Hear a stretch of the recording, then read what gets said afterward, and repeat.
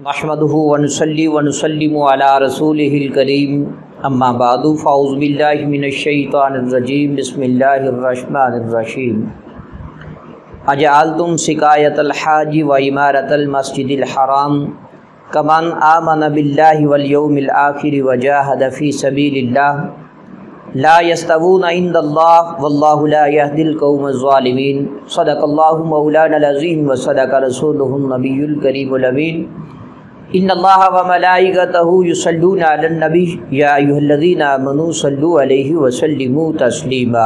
اللہ رب العزت کے فضل اور اس کی توفیق سے سورۃ توبہ کی آیت نمبر 19 پڑھنے کی ہم سعادت حاصل کر رہے ہیں، جس کا شان نزول یہ ہے کہ غزوہ بدر کے موقع پر جب کفار قیدی بنا کر لائے گئے رسول اللہ صلی اللہ علیہ وآلہ وسلم کی بارگاہ اقدس میں، تو ان میں سے ایک حضور کے چچا حضرت عباس رضی اللہ تعالی عنہ تھے۔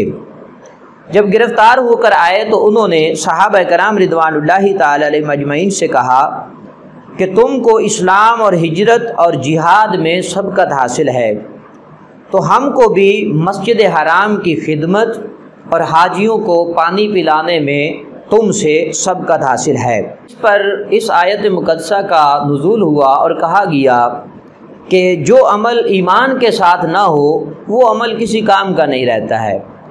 تو ان کفار اور مشرکین کا جو عمل تھا وہ بغیر ایمان کے تھا، اور صحابہ کرام رضوان اللہ تعالی اجمعین کا جو عمل ہے وہ ایمان کے ساتھ ہے۔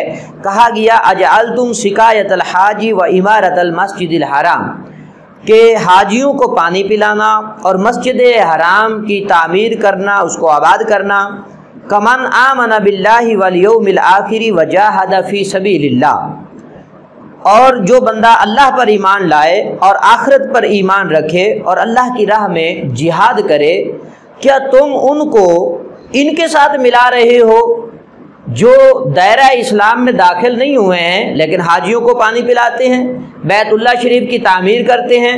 ان کے عمل کو ایمان والوں کے عمل سے ملایا جا رہا ہے، تو یہ ایک دوسرے کے ساتھ برابر نہیں ہو سکتے ہیں۔ ان کا عمل جو ہے کفر کی حالت میں ہے اور ایمان والوں کا عمل جو ہے یہ ایمان کی حالت میں ہے۔ خالق قدوس جل وعلا نے فرمایا لا یستوون عند اللہ، اللہ کے نزدیک جو ہے یہ برابر نہیں ہیں۔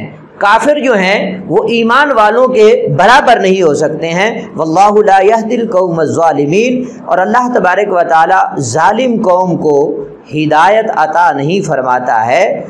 کفار کو مومنین سے کچھ بھی نسبت حاصل نہیں ہے، نہ ان کے اعمال کو ان کے اعمال سے کوئی نسبت ہے، کیونکہ کافر کے اعمال جو ہیں وہ رائیگاں جاتے ہیں۔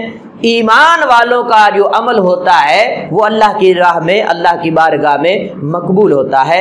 اللہ تبارک و تعالی مجھے اور آپ کو عمل کی توفیق عطا فرمائے۔ وآخر دعوانا ان الحمد للہ رب العالمین۔